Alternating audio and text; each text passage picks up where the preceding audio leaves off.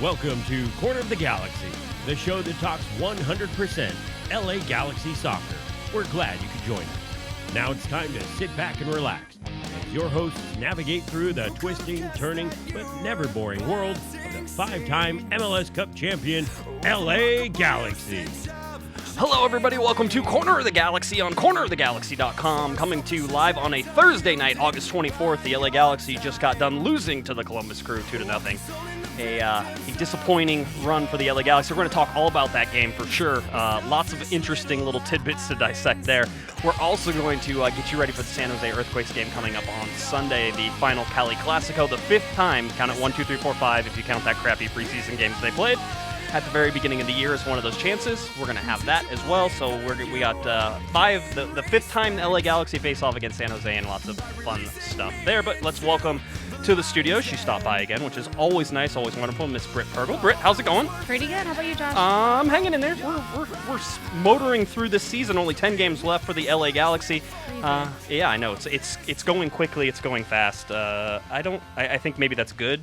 I think some Galaxy fans are ready for it to be over, but yeah, I mean, I can certainly see that the Columbus game was not something that I think anybody ever wants to relive again, at least in my opinion.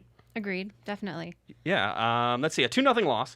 LA Galaxy go down to 10 men in the 18th minute after Ashley Cole is red carded. There are 3 verified VAR reviews, of which I don't know that there has ever been 3 in a single game before, so that was interesting. Also, there was probably one other one, so it actually probably ended up being 4, but they never actually went to the monitor to review it.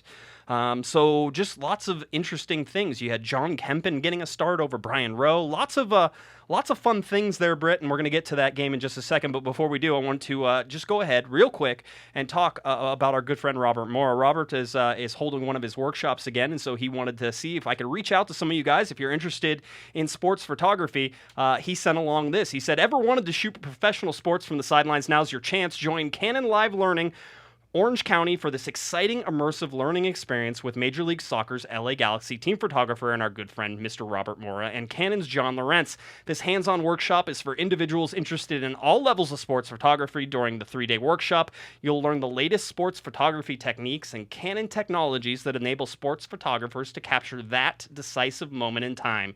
And of course, you'll have the unique opportunity to photograph from the sidelines of an LA Galaxy game, and not just any LA Galaxy game, but the September 16th versus Toronto FC LA Galaxy game, where you'll have the likes of photographing Roman Alessandrini, Dos Santoses. You can get both of them in the same shot. It's like a trifecta. You get Yahtzee or something. Michael Bradley's going to be there, Josie Altidore, Sebastian Giovinco. A lot of fun things to do. This workshop runs from September 15th to September 17th. If you want to, you can go to canon.us/soccer. That's canon.us/soccer. All right, put in the promo code GALAXY, and you'll get $50 off because Robert is a wonderful guy. So go out and shoot some sports photography. This is great. There's a lot of really fun stuff that happens, and so Robert's a great guy. So, Britt, I don't know about you, but I'm already ready to sign up. You ready? Yeah, definitely. Yeah, just anybody can loan me the $575. I'd appreciate it. Listen, it's 3 days. You get like all this instruction. You get to use Canon cameras. It's really kind of cool and exciting stuff. So I always say, and I've seen it, and I've talked to the people who have done some of those classes, and they all absolutely love it. So there you go. So canon.us/soccer, canon.us/soccer. All right, now we move on to the LA Galaxy versus the Columbus Crew. LA, 8-game winless streak there, Britt. Let's see. No Giovanni Dos Santos because he has a hamstring issue. No Jermaine Jones because he has a toe issue. Roman Alessandrini doesn't start. Siggy decides to leave Brian Rowe at home on a coach's decision. There were lots of interesting things to start even before this game kicked off. What sort of stuck out for you? I mean, for me, it was definitely Rowe staying at home. That was kind of the biggest surprise for me. But at the same time, I would argue that the 3 goalkeepers really aren't that far off in talent level. I mean, maybe Diop had some work to do and things like that. But the overall, it's pretty even. So for a new coach to come in and see how the 3 are working during practice, it makes total sense for them to to kind of shift that around a little bit. Yeah, I mean, I think I agree with you. We've seen it over the past. I think everything's really close, Britt. I don't think there's anybody who really sticks out above the other, and that maybe is one of the issues that the Galaxy have had over this time, that nobody's really risen to the top. Jon Kempin, however, comes into this game and stands on his. If it wasn't for Jon Kempin, and maybe even Jon Kempin did one of them to himself, but that's even hard to blame him. I don't completely blame him because he was put in a bad position. But if it's not for Jon Kempin, this game is 4-0. And you almost wonder if one of the other ones would have saved those two, or even gotten close to that, like saved one of the two. Yeah, I mean, you can never know on. I mean, right. Kempin joins a very special list of players who have, there's only 5. He was the 5th person ever in league history to save 2 penalty kicks in one game. So, I mean, that's already kind of a magical / weird thing that happens. And right. you even had head coach and technical director Greg Berhalter was talking about how he doesn't even remember the last time that his team, quote unquote, missed 2 penalty kicks. And by the way, Jon Kempin is unique among all those other players because none of those other players, the other 4, and I'll look up their names here in a second, but of those other 4, none of those other players lost the game. So Jon Kempin is the first one to save 2 penalty kicks and still lose the game. How about that? Yikes. So, I mean, so giving up 2 penalty kicks kind of points, you have to raise a red flag with your defense at that point. But at the same time, him doing all that work and the team not scoring, that raises another red flag. Yeah, well, and it has been. The LA Galaxy have been getting outscored 8-22 in their 9-game winless streak. It's 9 games now. The LA Galaxy can't seem to get a win. 9-game winless. It's 0-8-1 during that time either. So it's not like they had a bunch of draws in there that sort of make this anything, sort of anything near okay. I mean, they have 1 goal in their last 4 games. You're not going to win games with that. 1 goal. With Siggy Schmidt at the helm too. He's right. The last 4 games. He's only got 1 goal, and it came from Ima Boateng in a 3-1 loss to Portland up in Portland Timbers. So, yeah, I mean that's sort of the first thing is just the whole Brian Rowe thing. I think it's super interesting. It was one of the things that we actually talked about and broke here on Corner of the Galaxy was that Brian Rowe did not travel with the team, and that he was not going to play. And I had made a statement that I thought if he wasn't going to play, then Jon Kempin would start over Clement Diop, and that is what happened. So not to toot my own horn, but hey, look, I was right. Hey, look. The other big surprise here is Romain Alessandrini. Not so much surprise. I guess he's been in and out, Britt, and so we shouldn't be surprised that he's not starting, and I don't know if there's a reason to push him to start. My thing is that he was one of the strongholds in that cluster of games where he was just playing every single game for this team, and he was kind of the one who didn't really get a break. And he did take that extra day off in practice from time to time where he really needed it. So I'd say a midweek match across the country, it's pretty smart to not start him. Well, with that, without Jermaine Jones, without Giovanni Dos Santos, without Romain Alessandrini starting the game, so not on the field for that was approximately $8-point-something million. I think $8.2 million worth of LA Galaxy payroll. One of the things AEG said that they did not want to happen this year was to have their stars sitting on the bench like they did with Steven Gerrard and Robbie Keane and using up all that salary. You're having stars down the stretch when you need them sitting on the bench because they're injured. Are the LA Galaxy at fault for any of that, or is this just sort of like, it just happens? The injuries happen. I mean, it happens, and you have to be prepared when it does happen. We've talked many times about having contingency plan in case someone gets injured, and then that person gets injured, and it's just a long mess. But, I mean, so you have those 3, plus you have, after the 18th minute, you have no Ashley Cole. And then this is the team's first game without Yella as well. Right. So that's 2 more that you're adding to that list as well. Yeah, it's just it doesn't seem to be. It's just not working for the LA Galaxy. Right. I mean, and it's not. And if you go back and you look at this, and I made this comment on Twitter, somebody said, hey, the LA Galaxy look almost worse under Siggy than they did under Cardinalfo. And I responded back, maybe it wasn't the coach. I mean, we're getting to the point, and I think that there was a good argument. Kevin and I have both made this argument many times, is that it wasn't Cardinalfo's fault in a lot of this stuff. Listen, I'm not going to say he was a perfect coach. He wasn't.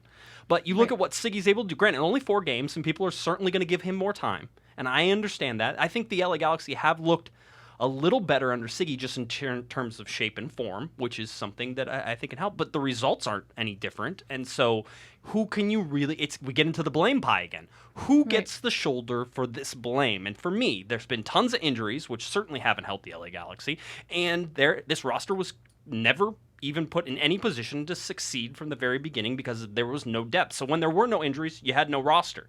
Right. I mean, what can you do with this? What can Siggy do? Does Siggy even stay after this year if it continues this way? I don't even know if that was part of the plan to begin with. I kind of thought of him as like a short-term filler to kind of try to fix the season as much as possible, and with like an actual coaching search in the offseason. Right. Well, right now it seems that I believe that Siggy has the option of staying in 2017, or excuse me, 2018 beyond this season. Right. So do you think he stays? I mean, it depends on how big of a project he wants to take on. If he's already retired once and...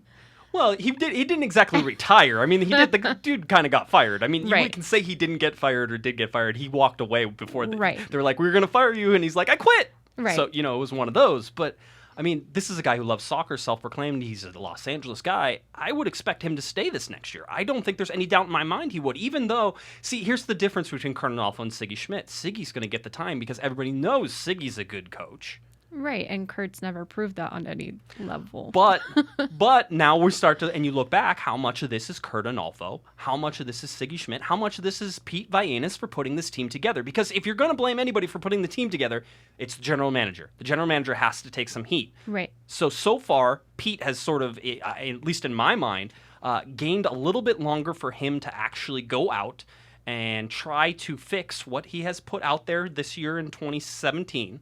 By firing Cardinalfo. That bought time. Right. But I don't know that was the correct move. I would say that you have the Bruce Arena era where he brings in his favorites to kind of fill in the place of the short term, kind of fill in where those gaps are. And then that wasn't continued onto the next coach because he didn't know those loops as well. And he couldn't like, hey, let's move this money over here to do this kind of thing and stretch the rules as much as possible to get those results. So I think it's kind of an inexperienced thing on Kurt's side and also on Pete Vianis' side as well. Yeah, well, I mean, but only one of those guys lost their job so far. So, I mean, listen. So far. Listen, the LA Galaxy, and we're going to talk about it here in a little bit, but where the LA Galaxy currently stand in relation to all other LA Galaxy teams right now is the scariest thing. I have a chart. And if you haven't seen the chart, go to cornerofthegalaxy.com. You can check out this chart. It's a new chart I put together. It's a average points per game for all the seasons. So you go over all the seasons and it'll give you the points per game of every single season. And right now, the LA Galaxy are currently below 1 point per game in 2017. No LA Galaxy team has ever finished under 1.10, I believe, is the absolute lowest. Right. There's a different, that's not good. I mean, duh, it's not good, but it's not good. 0.96. Now, granted, they have 10 more games to play. Mm-hmm. So they can raise that. It can come up above 1. But how far can it really raise? And this is the only equalizer you have because in some of these other seasons, they didn't play 34 games. Some of them they played 28. Some of them they played 30. And so you go through the whole thing. But if you look at the LA Galaxy right now and their points per game, 0.96. This is the worst LA Galaxy team in the history of LA Galaxy teams. Right. That's scary. Oh, absolutely. I mean, I don't think there's a lack of alarm on Galaxy fans. You don't think so? I don't think so. No, you think everybody? Okay, well, hey, if you say so. No, I agree with you. There's not, and that's sort of that's one of the things that we've sort of talked about is that there should be worry, there should be some concern about this. But let's go back to this Columbus game and talk specifically about it. But VAR. Yes. Huge. It had a huge effect in this game. It was, I think, the most affected game by VAR. Like I said, I don't know that there's ever been a game where there's been 3 or 4 VAR looks at it. And by the way, the LA Galaxy now, if there were 4 in the Columbus game, which I believe there were, the last one, the penalty kick, which they didn't go to the box, but you saw the referee, Stoica, go to his ear and basically think that he was looking at it, and they were reviewing it, and yes, it was a penalty kick, blah, blah, blah, whole deal. That was the last one on Kempin, when Kempin fouled whoever it was in the box and then ended up saving the PK. But whenever you go there, if they had 4, and they had the one in Portland, the LA Galaxy are now 0 for 5 in VAR reviews, and they've had 2 goals removed off the board. Here's the crazy thing. Only one of these calls is wrong. Or at least, I don't even think VAR played a part in it whenever I go back and watch the series of events. You're talking about Ashley Cole's. The red card. Right. There was, unless he got some sort of Flash Gordon type, let me run to the screen and come back, but no one saw me move kind of thing. Right. But beyond that, I don't think, he didn't even look at it. Yeah. All right. Well, we have a telephone call. 805. Who's this? Hi, this is Julio. Hey. I'm calling from Japan. Hey, Julio. You know, we were going to play your call later, so you're going to get double exposure on this particular show. But thanks for calling it. What time is it in Japan? I always ask you when you call in. I think it's 11:15. 11:15. All right, that's not bad. All right, so 7:16. Friday afternoon. But Taylor Swift hasn't released her single there in Japan yet, right? So you have to wait for midnight East Coast time, the same as everybody else. All right. I'm just saying. I know what I'm doing at 9 p.m. Because he would ask you to play it over the phone. I would have you totally do that. All right, Julio. I'm sorry. Go ahead. What can we do for you? Oh my gosh! I have been granted asylum in Japan on humanitarian grounds for being a Galaxy fan. It's just been a terrible season. I got updates on my phone as the game in Columbus was going on, and I saw the Galaxy scored a goal, and then it suddenly disappeared, and I'm like, oh man, it had to be VAR. It's been a rough season, and this show has been the highlight of the season. Yeah. Thank you for that, Julio. I like to think that we're still playing well above our points per game average. All right, I think we're still putting them in the back of net. We don't have a striker issue here. All right, we got lots of wonderful people who can score on this show. But I can't even imagine what it's like trying to watch games anymore, even like updates on your phone. Like, here's a goal. No, I'm sorry, VAR. No, that didn't happen. Or, oh, look, Ashley Cole got a red card. Wait, no, he didn't. Oh, no, he did. He did get a red card. That didn't happen. So, are there other LA Galaxy fans? I think we asked you this before. Are there other LA Galaxy fans in Japan? Do you have like a group of people that get together? Not that I know of. No, especially where I live, there's not that many foreigners. Okay. All right. So this is the call for the Corner of the Galaxy call to Osaka, Japan to meet up. So Julio, you just let us know where you want to meet up, and we'll tell everybody, and then you can start putting that fan group together. All right. Okay. All right. Thanks, Julio. We'll talk to you later, buddy. All right. Bye. Thank you. Bye. All right, there goes Julio from Osaka, Japan. That's always good. If you want to call in, you can, of course. The phone lines are always open. 949-734-4217. 949-734-4217 is our telephone number. Back to VAR. Ashley Cole's red card. Yes. Ooh. Okay. Here we go. Let's see. I'm going to try to do this as unbiased as I possibly can, and we'll see if we can get through it. If you think that you know why Ashley Cole got a red card, I'd love to hear from you. Call in. Let's discuss it and talk it out. I will tell you right now that MLS has classified it at least a little bit as a serious foul, and that is sometimes not the final disciplinary action or how it goes. I will tell you that if they classified it as a serious foul, they're out of their minds. Ashley Cole actually looks like he might gain position on this. He actually gets in front of the attacker. I think it was Pedro Santos of Columbus. He gets in front of him, and Santos actually ends up kicking him while Ashley Cole looks like he gets the ball. It's really difficult. We've seen a million angles of it, but it could be reckless in terms of Ashley Cole had two studs up. Now, did Pedro Santos fear for his life in terms of Ashley Cole coming from the side, not from behind, because that would be another thing. If it's from behind, oh, hey, that's bad too. Can't do that. At no point do I think Ashley Cole goes through Santos. Right. At no point do I think Ashley Cole is endangering the safety of Santos with the slide because he is beside him. Maybe. I mean, it is a contact sport, Britt. You still have to hit each other. Yes, I'm well aware. Okay. But Okay. Well, you can argue with me here in a second. Okay. And in my mind, he gets the ball, and it might be a very, very good tackle. And so let's say the harshest you look at that particular foul is it's a yellow card. Right. And I don't know if you heard in Ashley Cole's post game on Spectrum Sportsnet, he mentioned that the ref told him he was going to give him a yellow, and then he ends up giving him a red. Ooh. Okay. Exactly. So here is okay. So now we get to how Josh actually thinks what happened, and maybe this is true, maybe this isn't true. I think that he got a red card for DOGSO, denial of an obvious goal-scoring opportunity. Okay. Now, you don't have to be the last man back in order for DOGSO to take effect, but in this particular case, Ashley Cole is the last man back, but there are people who are chasing, and they're close. All right, Pedro Santos is dribbling the ball. When you dribble, you're usually a little slower than those guys. There is no clear goal-scoring opportunity in my mind to issue a red card for this. But I think that that's what happened, and this is why I think that. This is weird, okay? But this is why I think it. I don't think whenever Stoica goes over to the VAR monitor, I don't think he was looking to see whether or not it was a red card. I think he was looking to make sure it was outside the box. Okay, now, if it's outside the box, that is a red card. If it's denial of a goal-scoring opportunity, it's a red card and a free kick. If it's inside the box, it's a yellow card and a penalty kick, unless they determine that Ashley Cole wasn't playing the ball at all and it was a cynical foul, which you cannot say from that at all. So in my opinion, it's denial of a goal-scoring opportunity. I actually attempted to get a question in. There's a very long, ridiculous process for reporters to ask questions to referees, and I had to do it trying to get it all the way into Columbus and trying to deal with people who are there in order to talk to pool reporters and do the whole thing. All right? So that didn't happen. All right, It didn't happen. I didn't get my question answered. And my question was, basically, you're not allowed, by the way, the referees CBA says they're not allowed to answer questions about VAR.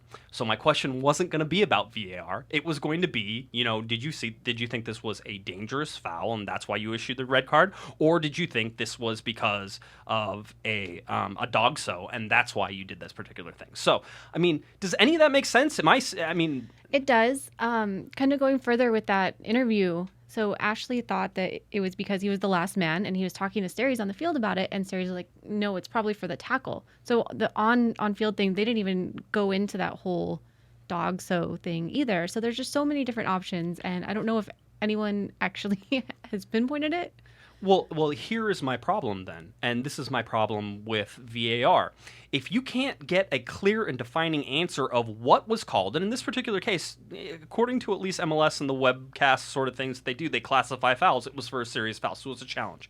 But if you can't get answers from referees about how they're classifying a foul, even whenever it comes to VAR, then why are we even bothering with this? I have no problems with VAR, by the way. It got 3 other decisions perfectly correct. Right. All right. The offside goal on Pedro, yes, it was offside. I actually had the photo with the MLS photogrammetry guys who do that stuff can actually check the ball flight, and the ball gets redirected by Pedro, which is kind of cool, right? That's way cool. And I do believe that the referees had a better angle than we were shown, okay? Right. Because they have all the angles, and sometimes I think that the people broadcasting games do a really horrible job of getting the angles correctly.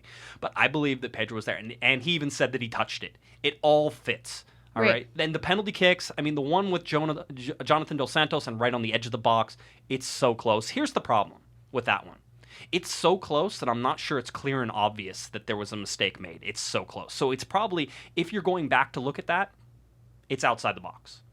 Right. And so I have all these issues here, and it was my same thing, and I've said it before. VAR is a tool. This tool is going to prove to us, and I think, Britt, you told me this. This tool is going to prove to us that MLS referees are bad.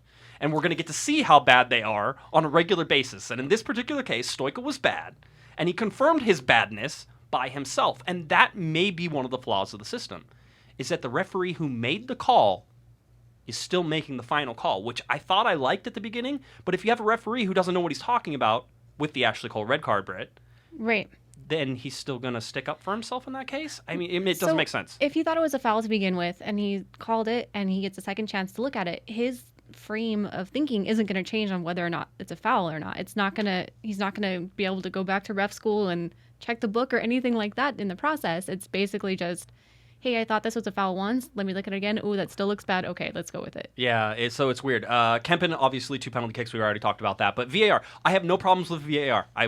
Case in point, there was a Champions League qualification game today in which, I think it was Champions League. It might have been Europa League. I don't remember. It's some team I've never heard of before. They scored a goal. Right. It went over the line. It didn't get called. They lost. They're not going on. Okay, and somebody goes, well, you could just use goal line technology. And I agree. I would love for goal line technology to be in Major League Soccer because I think it solves that problem. Here's the problem with only using goal line technology is that somebody who's offside can score a goal that goal line technology gives them, and then it still counts even though the guy was offside. And and it's like, oh, well, maybe it wouldn't have been called, and it would have been, sort of karma for everything, right? So I wish this. So if VAR can keep me from being upset about some of these calls, I'm fine. You can be upset as a Galaxy fan. I understand that 100%. And like I said, they're 0-5 on VAR calls. 2 goals taken away. Giassi Zardes and Joao Pedro both have goals taken away, or Daniel Steres has a goal taken away, however you want to look at it. So it's not going the Galaxy's way. Here's my other criticism of this, and you can tell me if you think I'm crazy. Because they implemented it in the middle of the year, there's not going to be time for it to equal out for everybody. And so the LA Galaxy are going to be disproportionately punished now for the next rest of the games. I mean, it's not like they were good before VAR either, though. Excellent point. Excellent point. So, I mean, All right. it's just, it kind of re-emphasizes how, like, where their struggles are. And in another post-game interview, Jossie talked about how much he hated VAR. Like, Yep. it defeats the purpose of the game, is what he said, which I think is a little over the top. But at the same time, for a guy who has not scored in a very long time, another opportunity to get goals taken away from you is just not going to be your best friend. Yeah, it's for somebody said that it was the most passionate they've seen Giassi's artist. So hey, he's getting fired up. I kind of like that a little bit. That's okay. So there's positives, there's some negatives. The fact the LA Galaxy didn't have a shot on goal in this game is kind of irrelevant, being they played for 72 minutes without a guy. Without a defender, though. So yeah, they still had all of their attacking pieces on the field. Yeah, but you still have to defend more. Those attacking pieces have to come back. You're playing down a man. Now, granted, I think that playing down a man is the easiest thing you ever do. From a soccer player's perspective, it's like, oh, cool, I just have to go, all out 100%. But in this particular case, I think you can understand. Well, no, it's not all like of their attacking pieces were there. So, if their attacking plan was going to work, it would have worked without one more defender. Ooh, tough. 0 shots on target. Then it's a complete failure of the offense once again. Yes. Okay. That's what I'm saying. Okay, I can dig that. It doesn't have I mean, no, I can't. No, I can't dig it.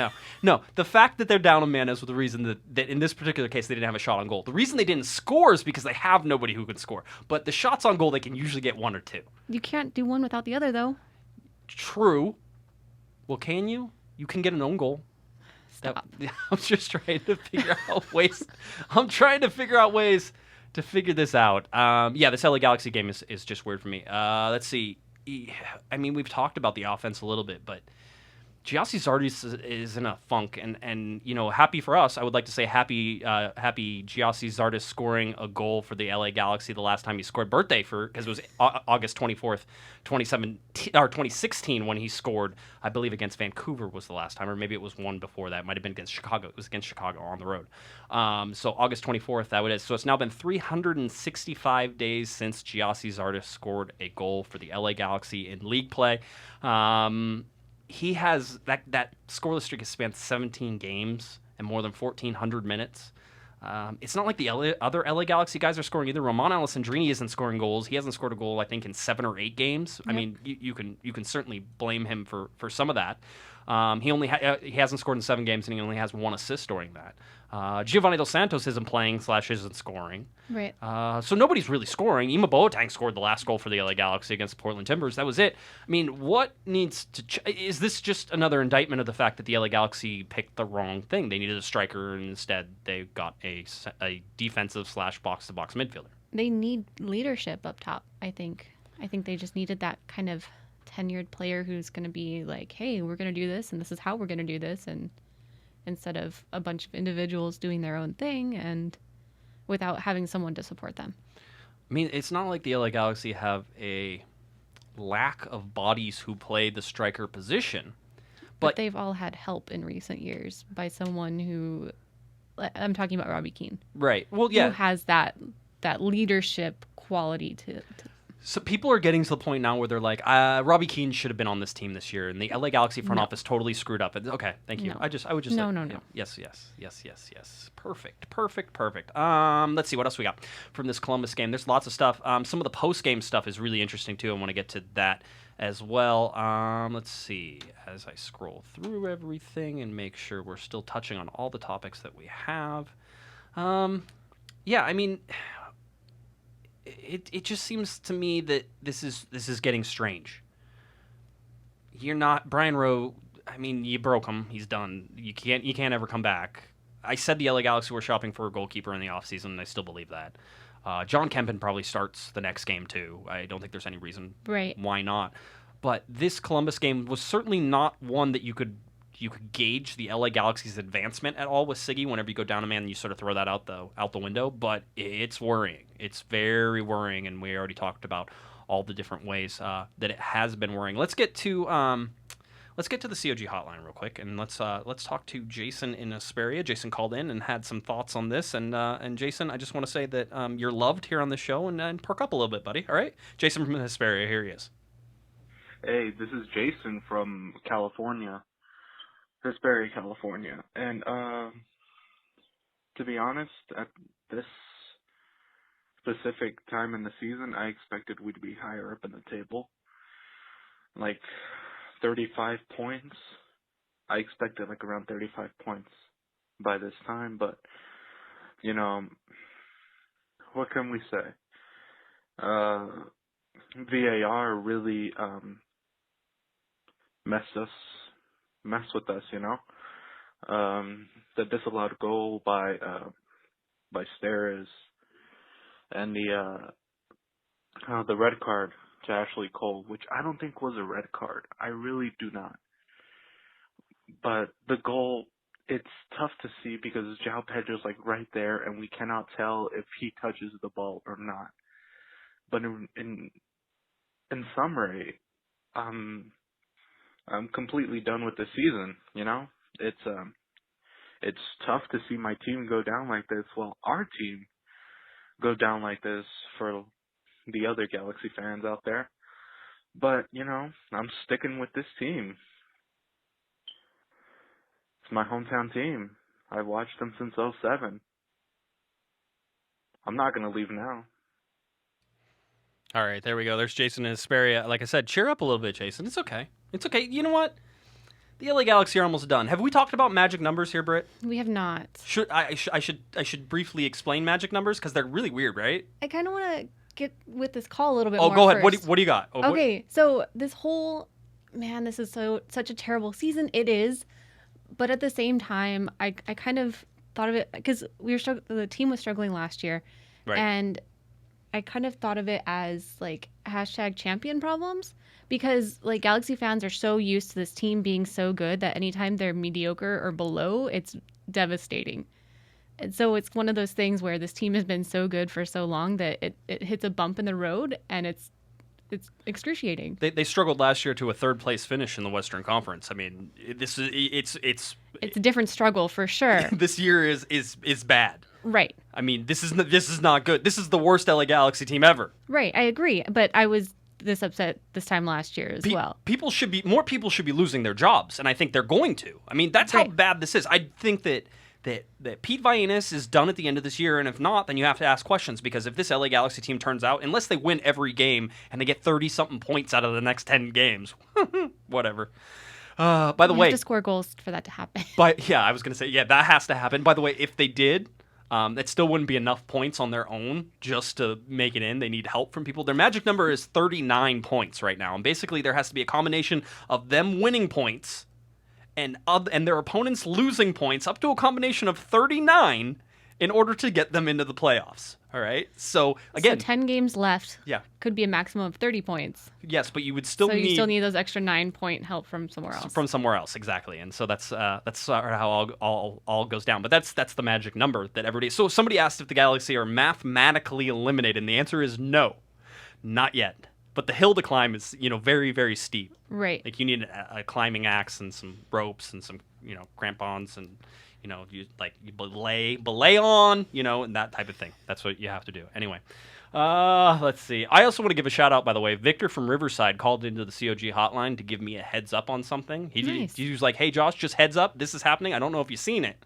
And so thanks to that COG hotline call, Victor, I did jump right on it. And I think you saw I published an article about that as well. So anyway, that's just sort of the information. The LA Galaxy and Michael Ciani, by the way, still sort of hanging out there sometime. I still expect it. Don't know when, but it's coming. It's coming eventually. Jose Villarreal, by the way, played in this game. I would just like to point out for everybody who was worried about Jose Villarreal and where he was and sort of how that all went down. Jose Villarreal got in. You had Bradford Jamieson, who started for Ramon Alessandrini. I would say that Emmanuel Boateng, was the most lethargic I've ever seen him play this season. I noticed this team didn't look like they just had a week and a half off. They had 10 days off, right? And they got run off the field by a team that just played. Like, their complaint this whole time with this crazy stretch of games and a short amount of time is like, we don't have any time off. But now they had time off, and they didn't really look that different. Yeah, there was. I would say that there was almost no difference. Still had nagging injuries. Right. Yeah. No. You're right. No, you're absolutely right. It was a bad performance even with the 10 men. And at no point did they even look like they were ever going to. There was a 5-minute period just before Ashley Cole got sent off where the LA Galaxy were stringing passes together and doing some things. Outside of that, there was nothing. There was no danger. And Columbus should have won 4-5-0. I mean, there were some really bad misses that they had. So, is what it is. That's sort of this. We'll put that to bed. And sort of move on, but I do want to go over some emails that we got. Let's go to Sarah, my favorite, Serene Sarah, but she says that in this particular email, she says, "This is not so serene, Sarah from South Pasadena. The Columbus game was bananas, and anybody who thinks the Galaxy are the favored team in Major League Soccer have no argument with 2 goals called back and 4 VAR uses so far.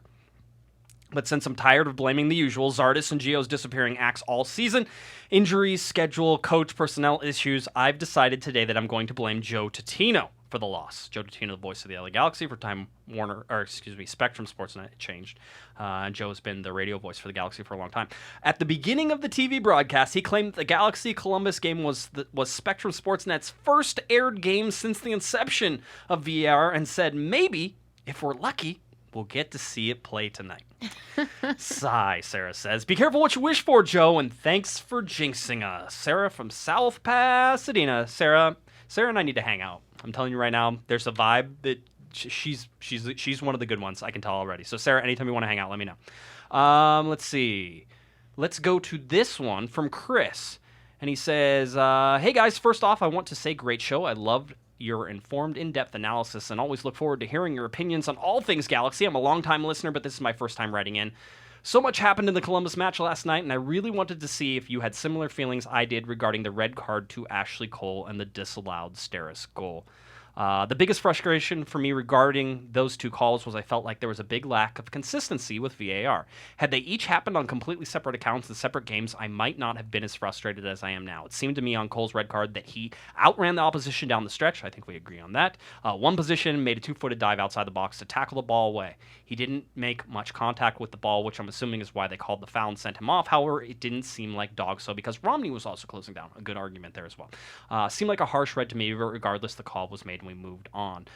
His big argument on the disallowed Steres goal is that there doesn't seem to be enough information or good enough angle. And like I said, I think they had a different angle on this. Right. Chris wrote a big long email. He did a great job.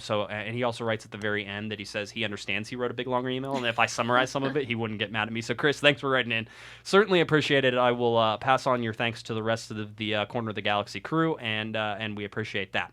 Let's see. What else can we talk about? Is there any post-game quotes that sort of stuck out to you there, Britt, that you want to talk about? Yes. So, I mean, it's been a few games now that the word unlucky has been thrown around. Ah, yes. Siggy's quote, for our team right now, if we didn't have bad luck, we'd have no luck. That's where we are right now. So every stoppage seems to go against us. What, you don't like? Yes. You don't think the Galaxy are unlucky right now? I think they're unlucky, but I think it's too far in their heads. I think it's what they're focusing on. So, I mean, sports medicine background, right? I took a sports psych class, and there was something about the things that you focus on are going to happen. So if you're like, let's go to baseball. If you're saying, hey, I'm not going to miss this, I'm not going to miss this, I'm not going to miss this, right, you're going to miss it because your brain doesn't think about the not, it just thinks about the missing this. Okay. So if like, I'm not scoring, I'm not winning at home, I'm not doing this, then you're going to focus on the negative part. Right.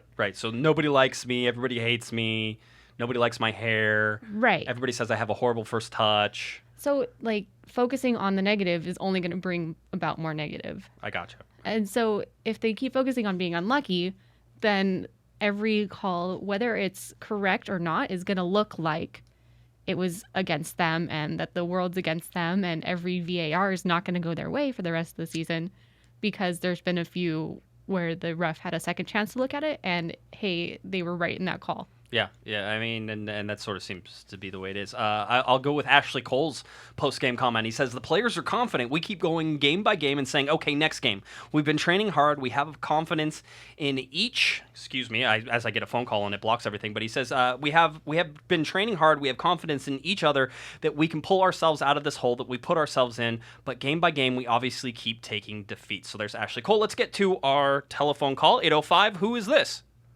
Josh, Scott. This is Scott, your best friend. Hey, Scott. How's it going, buddy? I'm good, man. You sound kind of down tonight. I just kind of wanted to inject some enthusiasm to the show. You should listen, Josh. Yeah, go ahead. We're just not good. We're just not a good team. 3 of our best players didn't start the game. Right. Jones, Alessandrini, and Gio. Right. And we only had like 3 really good players on the team, and Van Aanholt, Cole, and Jonathan Dos Santos. Everyone else kind of, they're just not elite players. They're not going to be the guys that are going to take us into the playoffs and do well. Right. So right. there's really no reason to complain. And you hate Ima Boateng, so why don't you tell everybody why you hate Ima so much? Well, I think you think that Ima Boateng should have 600 assists this year, and the only reason he doesn't is because he crosses the ball to nobody in the box because everybody is like 45 yards away.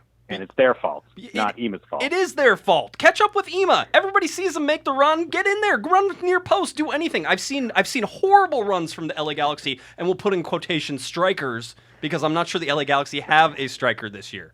If there's more than one person in the box, exactly. then Ima shouldn't actually try to find the players. The players should just try to find the ball wherever he kicks it. Okay, so just history on this. Scott and I had a 3-hour argument on Twitter over Ima Boateng. Was that correct? Lovely. Yes. It was fun. I love you, Scott, and that's wonderful. And I agree that Ima does share some responsibility in that. But at the same time, if you are expecting Ima to score from his harsh angles or to hold the ball at all, you're asking too much from that kid. I don't know. I just don't think he's that good. I think he's okay. I think on a good team, he'd be like the 15th or 16th player in the roster. But on our squad, he's like number 4. He's a sub. I've always said that. I think you and I agree on that. He would be an excellent sub if the LA Galaxy could get basically a better team out on the field where he wouldn't have to play, right? Yeah, and he can develop. What is he, like 22? I mean, who knows how good he can be. But right now, he's just, he's not that player we should be relying on. All right, Scott. Thanks, buddy. We'll talk to you. Are you going to the game on Sunday? Yeah, I'll be there. All right, buddy. Have a good one. We'll see you there. Bye, Josh. Bye. I love Scott so much, by the way. Scott has been yelling at me, I think, since I started the podcast in 2009. So it's like a home feeling when Scott is yelling at me. I feel better about it. Anything else you want to touch on Columbus game before I move on? No. Okay, good. By the way, congratulations to me. I get to say it to myself. 300th Corner of the Galaxy show tonight. Nice. So we do them individually. So Corner of the Galaxy has run 300 times. Corner of the Galaxy from the box, I think, is at 135. And then short corners are at like 56 or 57. So we have that whole thing going on right now. So anyway, 300th Corner of the Galaxy show. So thank you to all our listeners for listening, for putting up with us, for putting up with me. I'm the one who's on here all the time. You guys really do go above and beyond as far as I'm concerned, putting up with me. Let's get to the LA Galaxy team news. The surprise that I didn't see coming. Jonathan Dos Santos have both been called up to the Mexican national team. Clement Diop called up for international duty for the Senegal team. So those 3 guys will all be missing the September 2nd game against Colorado. By the way, the one that I have circled on the list is one that LA Galaxy could have actually won. I don't know that that's the case anymore. But anyway, Mexico national team will play Friday, September 1st against Panama. And then Tuesday, September 5th against Costa Rica. So that second game against Colorado is out. And then you had Clement Diop, who I don't think anybody will miss, will go away to Senegal. And so does that mean that Brian Rowe is going to be on the bench for that game? If that's happened? If Jon Kempin is still starting, we're getting ahead of ourselves, I think, a little bit, maybe. I mean, that depends on how much Siggy doesn't like Rowe.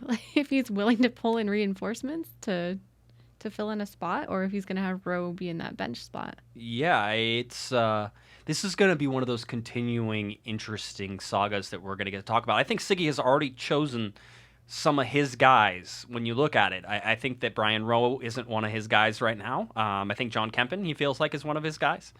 I don't disagree with that move. I can understand it. I think that Jack McInerney seems to be the preferred striker over any of the Jack McBeans or the Ari Lassiters. Both of those guys had good games in LA Galaxy 2 and Colorado Springs, where LA Galaxy 2 won.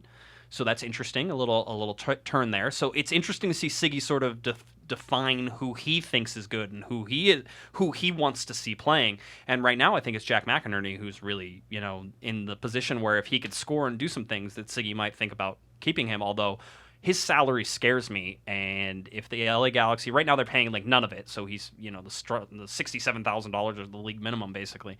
But I don't know if that carries over next year if they would pay the entire salary. So it's certainly something interesting to watch as we continue down this death spiral of LA Galaxy-ness towards the end of the year. But yeah, so that's sort of it. So you're going to have those three guys are all off on international duty. I'm surprised Gio went because one, he's been injured, and two, he hasn't been playing very well. And I don't know what else to say about that. I mean, it's fine, I guess. It's going to be interesting. The LA Galaxy are kind of expecting Giovanni Dos Santos to come back for the Sunday game. So against San Jose, they're still pretty optimistic that he could be playing in the Sunday game. So we'll sort of see how that goes. One other LA Galaxy team news update for you. The LA Galaxy are hosting a doubleheader of sorts on Sunday. So you will have the 4 p.m. kickoff against San Jose. We all know about that. And then they will go ahead, and at 6:15, after the LA Galaxy have finished playing the San Jose Earthquakes, and after they beat the Earthquakes by the score of 17-0, the LA Galaxy Special Olympics Southern California Unified Team will play against the San Jose Special Olympics unified team on the field, so you can stick around and watch that as well. So another game. I think they only play like 25-minute halves or something like that. It's fun to watch. I've seen them there, and they'll be there while I'm writing the recap for the game and all that fun stuff, so you can stick around for that. So I'm just giving you sort of a heads up on that. The other part of this is, and let's get to this call right now, because I think it's Julio's call. I want to play this, and then I want to tell you a little bit more LA Galaxy news. So here's Julio calling in from Osaka. He called in earlier this week. Hi, Josh. This is Julio calling from Osaka, Japan, and I'm calling because about the P chant that was heard at the last Galaxy home game, and I'm just calling, just to, as a gay person, I'm really appreciative that the Galaxy and MLS is trying to stamp out the P chant, but let's keep it real. Like, the 2018 World Cup is in a country that has a horrible LGBTIQ rights record, and then the 2022 World Cup is in Qatar, where it's illegal to be gay or lesbian, and there has been no statement from MLS or U.S. Soccer in regards to this, only because they want the 2026 World Cup. So yeah, thanks anyway. Love the show. Bye. All right, Julio. No, great words, and I think a perfectly valid point. Right. Yes, we can put it in the context. I will tell you that. I talked to the LA Galaxy, and I believe they're trying to do something about the P chant, and I will call it that, just as Julio did. That there could be a pre-game announcement on Sunday, or if it's not Sunday, maybe the next home game. But they're trying to put something together to get something done, and so you will see some sort of announcement or recognition of the chant that basically says, "Don't do the chant." That's not what they're here for. So if you were one of the people who wrote in letters and complained, then I think your voice has been heard on this. They are trying to do something. Yeah, I mean, what do you have any thoughts on? I mean, I think that being inclusive of all fans is very important in this atmosphere, and thankfully we live in this environment that we do, and we don't have our close people dealing with these issues, but I think that they still need to be protected here. I think that I do think it's a valid point that U.S. Soccer hasn't put out a statement on these issues going on in either World Cup coming up, but I think that if there's something small that we can do here to affect things here, then that's really important. Right. Yeah. I mean, anything. It's important. It's at least important for me that if you go to an LA Galaxy game, that that there's nothing that's keeping you, in terms of trying to exclude you from a group. There's plenty of different people and different backgrounds and different places people come from that you don't need that. I think that's one of the best parts about soccer, is that it always sort of has been pretty inclusive. Let's go to the phone lines now. Let's see here. 914. Who's this? Hey, Josh, this is Priya. And Carmen. From Chino. Hey, guys. How's it going? Good. How are you? Good. Doing great. What can we do for you? So, first of all, love the show and love your shirt tonight. I appreciate it. Thank you. My wife is getting tired of me buying soccer shirts, but I'm going to keep going with it, for a while anyway. we support it. Yeah. So we had a quick question. What do you think are the most important moves the front office needs to make in the off season? Ooh, that's always a good one. Britt, you have an answer, or do you want me to go first? I think a forward needs to be the priority. Goal scoring is the biggest issue, and I think that that's kind of where they need to focus. Yeah, I mean, I think a striker is good. I think the biggest offseason move they could make is fixing the front office, and if that means that somebody has to go, then somebody has to go. I don't like calling for people's getting fired. I think that's a little. These are real people with real jobs, real careers, real families. I think it's always tough. But I think that if the LA Galaxy finish with the worst, record basically in LA Galaxy history, that there are consequences that come from that. And so if they clean some house in the front office, I think that might be the best move they can make. And that move needs to happen early so that new person has time to actually prepare for the next season. Yeah, no, it makes sense to me. What do you think, guys? Yeah, we definitely agree, and it definitely sucks that Klein and Vagenas need to lose their job, but like you said, this is the worst season that they've ever had, and consequences need to occur. Yeah, no, absolutely. Well, I appreciate you guys listening. I know you guys are going to be out there on Sunday, right? Oh, Yes, we'll see you then. we're hoping for a win. Okay. Hey, Cali-Clasico. fingers crossed. All right. Let's see how this goes. Thanks, Yeah. guys. We'll see you out there. All right. All right, thank you. All right. Awesome. Very cool. All right. A couple calls. It's been a little trend we've been having. There was a COG hotline call. I like that, quite Yeah, me honestly. too. The more the merrier. That works wonderful. So, wonderful people. All right. Let's get now to the LA Galaxy schedule as we look down at it. Britt, coming up Sunday, August 27th, obviously, is Cali-Clasico. Like I said, the fifth time. If you count that stupid Las Vegas game at the very beginning, which I don't. So the fourth time the LA Galaxy have faced off in a competition. It's been 2 times in league play, 1 time in Open Cup play, which San Jose eliminated the LA Galaxy, and now you have the 4th time meeting here, and the only time they play at StubHub Center this year. So that's interesting. Okay, so we throw that one away. We're going to talk about that one in a second. Away to Sporting Kansas City, there's no way the LA Galaxy win that game. No, not at all. Not even close. Sunday, September 24th. Away to the Houston Dynamo, there's no Nope. way they win that game. And they get to face off against AJ De La Garza and Leonardo. Only if the hurricane sticks around and maybe they can move it to later or somewhere else. I don't think maybe? it's going to stick around for a month. Do you think it's going to stick? I hope not. For the people of Houston, I do not. Harvey's going to be mean, but they don't need to stick around for a month. Home to Real Salt Lake, who just beat the ever-living crap out of San Jose 4-0. Is there any chance the LA Galaxy win that game? No. All right. Unless it's peaking early or blah. No. No, it doesn't happen. All right. Here is the game that the LA Galaxy could win Saturday, September 2nd, a home game against the Colorado Rapids. Really one of their last games before they really dive into this horrific stretch that I really don't like. They could win that game. They could. Didn't they just lose to Colorado? No, that was the last game. That's last team they beat was Okay. Colorado. Okay, That's so fair. they have a chance. Last goals really scored in a win was in that game when they're 3-1. 3-1. Roman Alessandrini with a penalty kick, Jack McBean with 2 goals. There's just a dark cloud where I think everything's a loss. It is oh god, it was what is it? The Dark Cloud. There was one. It wasn't in Living Color. It was one of the. Don't worry, I'm old. Don't pay any attention to me. This is when Jared is useful. The pop culture stuff. He has it all memorized. I would say something like that. He's like, oh yeah, I know what you're talking about. Anyway, Sunday, September 10th, 2017. The LA Galaxy travel away to Seattle. They lose that game. Saturday, September 16th, home. This is the game that you could, if you wanted to, go to Robert Mora's photography class and shoot this game if you wanted to. Saturday, September 16th. Against Toronto FC. Nope, don't win that game.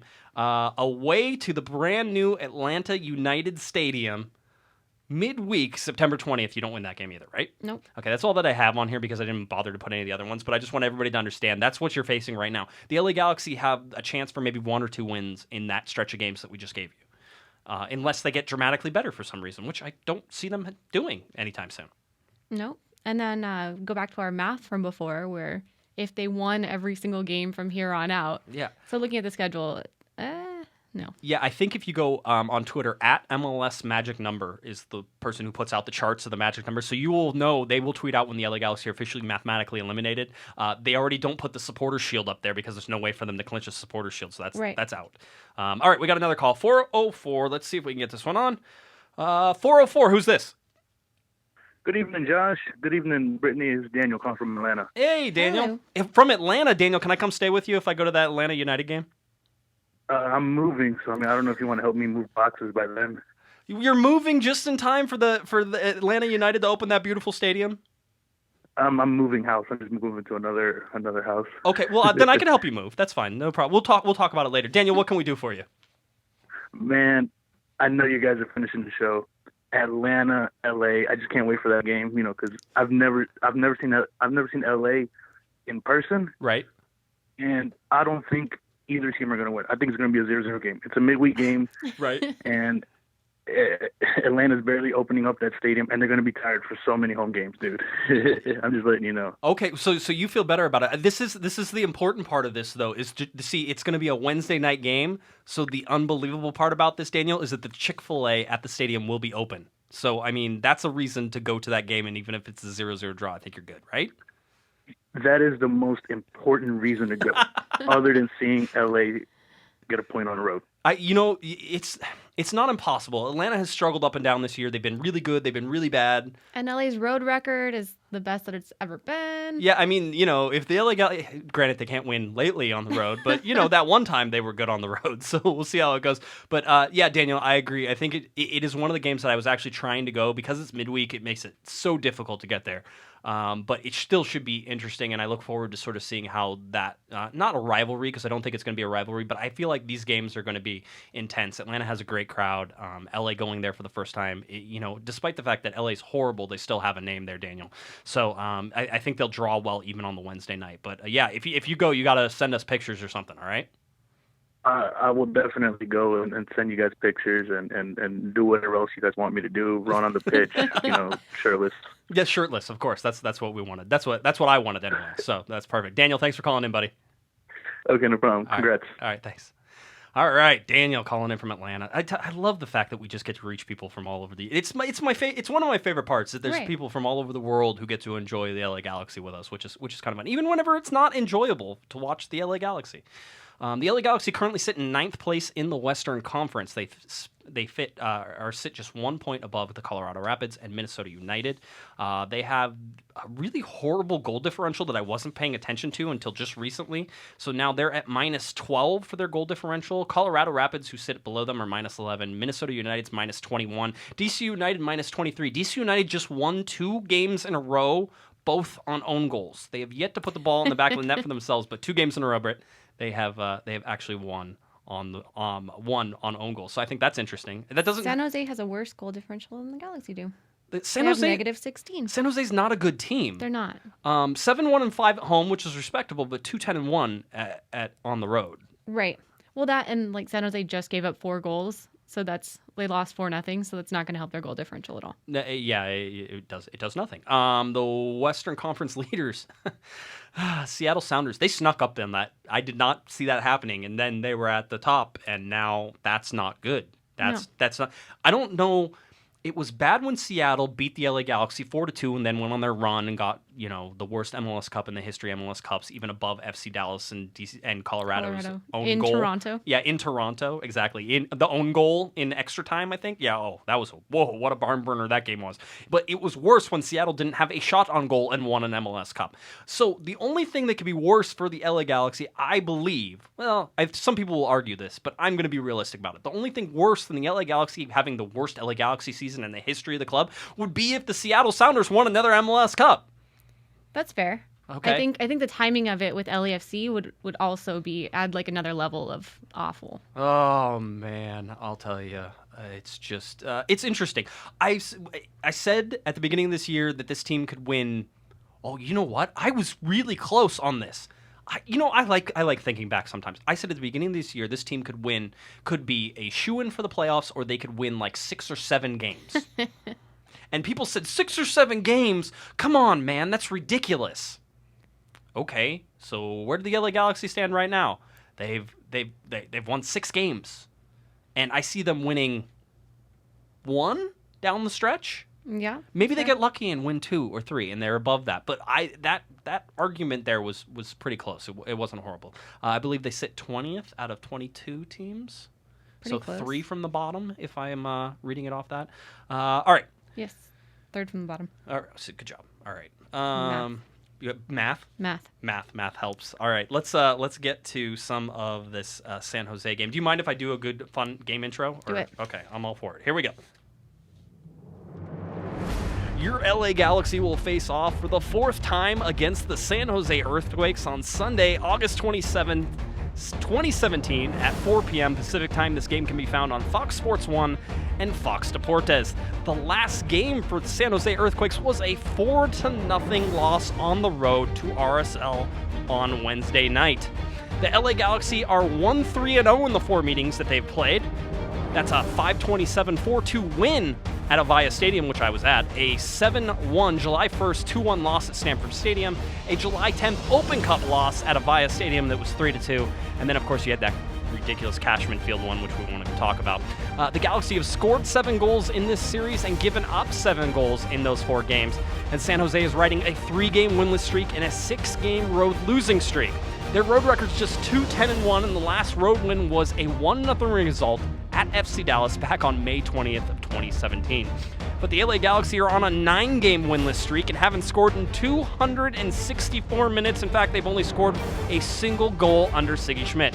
During their 9-game winless streak, they have a record of 0-8-1, so it hasn't even been close, and they've been outscored 22-8 during that span. They've been shut out 3 times in those 9 games as well. When the Galaxy take the field, they will have gone 4 months and 21 days since their last home win. That's 143 days or 9 games. The Galaxy are 1-7-4 at home. It should be a matchup for pride. Quite honestly, it'll be a matchup that they need to win if they have any hopes of staving off the mathematical elimination from the playoffs. But, you know, a pride win for this, Brittany, is like the most important thing that they could possibly have. Just I don't care if all the balls bounce off of San Jose and go into their own net. The Galaxy need a win. Right. That's exactly what I have in my notes is pride. And it's literally like the only palpable thing that they could pull from the season is, hey, at least we didn't lose that Cali-Clasico game at home, right? It is, because I will say that the San Jose rivalry is the most intense. It always has been. Seattle may be always a challenge, and it may be one of the biggest things. You don't want Seattle to be good, and that certainly is a rivalry. But the pure hatred between these two teams, and there's no nice way of saying it, that they don't like each other. You saw Jelle Van Damme whenever he was playing. I mean, they don't like each other. It's amped up emotionally just from the very beginning. This is what the LA Galaxy need to win. And if they can't win in this game, if they can't step up, and they're going to have to do it without Ashley Cole, who's going to some people were asking if they could, challenge it, or if Disco could review. If Disco could, and they can't. So Disco's not going to do that. They've neutered Disco to some, which is probably a good thing, but they've given a lot of power to the referee, which might be a bad thing. So how it all goes, but they're going to have to do it without Ashley Cole. There's no Jelle Van Damme. Giovanni Dos Santos hasn't played. He didn't play in the last game. Roman Alessandrini, you'd expect that these guys were more or less, if they didn't play on Wednesday night, that they were saved for this game, right? But, I mean, Gio might be looking ahead for Mexico and not wanting to get injured with that either. So if it's his first game back from injury, there's a chance that he might just come off the bench and kind of play lightly. Oh, my. How could you tell if Giovanni Dos Santos is playing lightly? That's a good question. How long did it take you to figure out Giovanni Dos Santos wasn't playing on Wednesday night? From the very beginning, you're way smarter than me. I was like, oh yeah, he's not playing. I remember. Okay. Yeah, I saw the tweets that he didn't travel, so yeah. So you weren't stupid like me. That's good. Good for you. All right. Thanks. No, I mean this is just one of those games. Obviously, Chris Wondolowski's the leading goal scorer for San Jose Earthquakes. It's not even close in terms of who everybody else scores. He has 10. The next guy, Orena, has 3. Haika has 3, and then there's a bunch of guys with 2. The LA Galaxy have Roman Alessandrini with 8 goals, 8 assists. Giovanni Dos Santos has 6 goals. Boateng has 3. Steres has 3. Daniel Steres just should have had 4. Could have had 4. So close. So close. This is a San Jose team that has struggled. They got rid of their coach, Dominic Kinnear. You have Chris Leach, who is in charge now there. They're struggling. They haven't played well. They don't win on the road. I mean, there's a chance that the San Jose Earthquakes could have a better record, though, on the road than the LA Galaxy have at home. And there's another complete fail when you're looking at it. That and losing 4-0, I think they want to come back against their southern rival and kind of use that to try to help their season come back, because they do still have a playoff shot, unlike the Galaxy. They do. They are still in this, and they have a very good chance, at still sort of, battling for that spot. They are in 7th place right now. They're just below the drop, only 2 points behind the Vancouver Whitecaps, who sit at 35 points. So, I mean, I always ask for predictions, and we do it because it's fun and because they're always wrong. Is there any hope? Do you throw everything? I know in college football, and, I know. I know in college football, you can, if it's a rivalry game, you throw out basically anything. It's like, oh, it's a rivalry game. It doesn't matter how the two teams were playing. Somebody's just going to want it more and somebody's going to win. You feel like that's the same thing in this particular game. You can't go off of any of the stats or anything, or, So my thing is, like, for these crazy predictions, I like to say, like, my first thought's 4-3, but I'm like, wait, who's going to score 3 goals for the Galaxy? That is always the thing, right? You start to do it, and you're like, oh, that's definitely, 3. Here's a 3 goals, but who's going to score? I mean, they're going to score more goals than they have in the last 4 games combined, is what I'm just saying right now. It wouldn't be hard. If they score 2 goals, it's more than they have in the last. I mean, but I know what you're saying is you always try to find out who is going to be that guy. I was shocked to see Boateng not be the energy guy that he was. I thought that Bradford Jamieson probably played better on the wing than Ema did on the other side. I was kind of surprised to see that Giassi Zardes was... Actually, I wasn't really surprised that he was absent, but I think that it's getting to him, and so I'm expecting a reaction. I want to see the reaction, and whether that's a frustration reaction or something, I expect to see it, and I haven't seen it. Right. The midfield, to me, if they can get Alessandrini in there, Jones is probably going to be back. And Jones, there's a good chance that he could be back as well with his nasty toe cut. Do you see the second Instagram video, by the way? No. He, put the camera right up to it, and then he, shot at himself and did, a shruggy face. It's pretty gross, but my sports med background, I was like, you were like, that's stitches, cool. Yeah, stitches are cool. Yeah, he limped over to us after he had him, which was just weird, the whole thing. So, yeah, I mean, you could get Jones back. The Galaxy have looked better with Jones on the team since Siggy got here, and Siggy told him that if he moves out of defense, he'll kill him. I think that's what he said. I don't know that for sure, but that's my guess.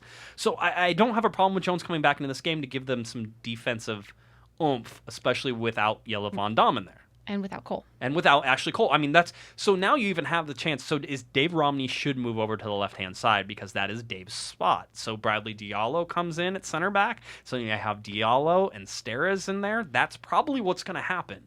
That's what I see anyway. I think Jon Kempin starts, so you have that. Right. It's a lot of moving pieces, Britt. Yeah, it's completely different. And has there even been 2 games in a row with the same lineup this season? There has been, but it's been very sporadic. It's not very often, right? And it has been changing, and the injuries certainly keep continuing. I mean, it's like, I think the LA Galaxy are just unlucky. That's what I think, Britt. Yeah. Yeah, send all of your tweets to Britt telling her how unlucky the Galaxy is. She would absolutely love that. So LA Galaxy face off against the San Jose Earthquakes again Sunday, 4 p.m. kickoff time. Fox Sports 1 and Fox Deportes is where you can find that game. I expect everybody to actually be at the stadium, though, a Sunday game. I'm going to try to make it out to training on Saturday, so if you have anything you want me to ask or anything like that, send tweets over at Galaxy Podcast, and I will see what I can do with who will be available and who won't really be training. There's not a lot of training going on this week with the midweek game on Wednesday. From what I understand, I think everybody got back on Thursday night, actually, as we're recording, just about a couple hours before we recorded, so those guys had to fly East Coast all the way over here. Right. They rest on Friday.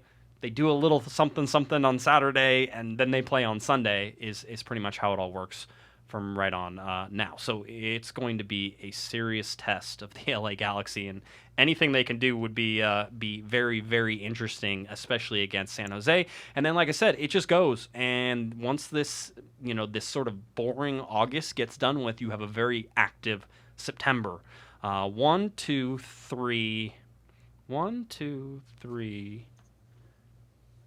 4, 5, 6 games in September. Yeah. And 4 games in August. Yeah. Yep. It's going to go fast and furious here for the rest of the time. All right. Anything else you want to touch on, Britt, before we go? Nope. I got nothing. All right. I got nothing either. Why don't you tell people where they can find you, and we'll get on out of here. On Twitter at _BrittJo, BRITTJO. I write for Total MLS. Go follow her on Twitter. Please do that. If you're looking for me on Twitter, at Guesman, JGUESMAN, and at Galaxy Podcast. That's where I'm at 99.9% of the time. Head on over to Corner of the Galaxy. You can read my horrible charts. They don't make you happy at all. They make you angry, as a matter of fact. So go do that at cornerofthegalaxy.com. All of our podcasts, everything else is right there for you as well. Let's see. If you're looking for anything at all, LAGalaxy.com, all those things. Everybody's got you covered. The big game against San Jose coming up on Sunday. Appreciate all the telephone calls. Thank you for calling in. We appreciate it. It makes our life a lot more fun. Hang in there, Galaxy fans. It's almost over. All right? Whether you're going to put the season to bed, it's almost over. That's happening. All right? So just hang in there a little longer, and then it's all about offseason and what this team can do in the offseason. All right, for Miss Britt Pergl, I'm Josh Guesman, and you've been listening to Corner of the Galaxy on cornerofthegalaxy.com. Have a great one, everybody. You've been listening to the Corner of the Galaxy podcast on cornerofthegalaxy.com. You can follow the show on Twitter and Instagram at Galaxy Podcast, and be sure to check out and subscribe to iTunes, Stitcher, and Facebook by searching for Corner of the Galaxy. And for all of your independent LA Galaxy news, discussion, and entertainment, including this podcast, head on over to cornerofthegalaxy.com. Fans, thanks for listening. We ask that you be kind and courteous to your neighbors as you leave the podcast. We thank you for joining us and look forward to seeing you again. Until then, I'm Michael Araujo, and on behalf of the entire Corner of the Galaxy crew, goodbye, everybody.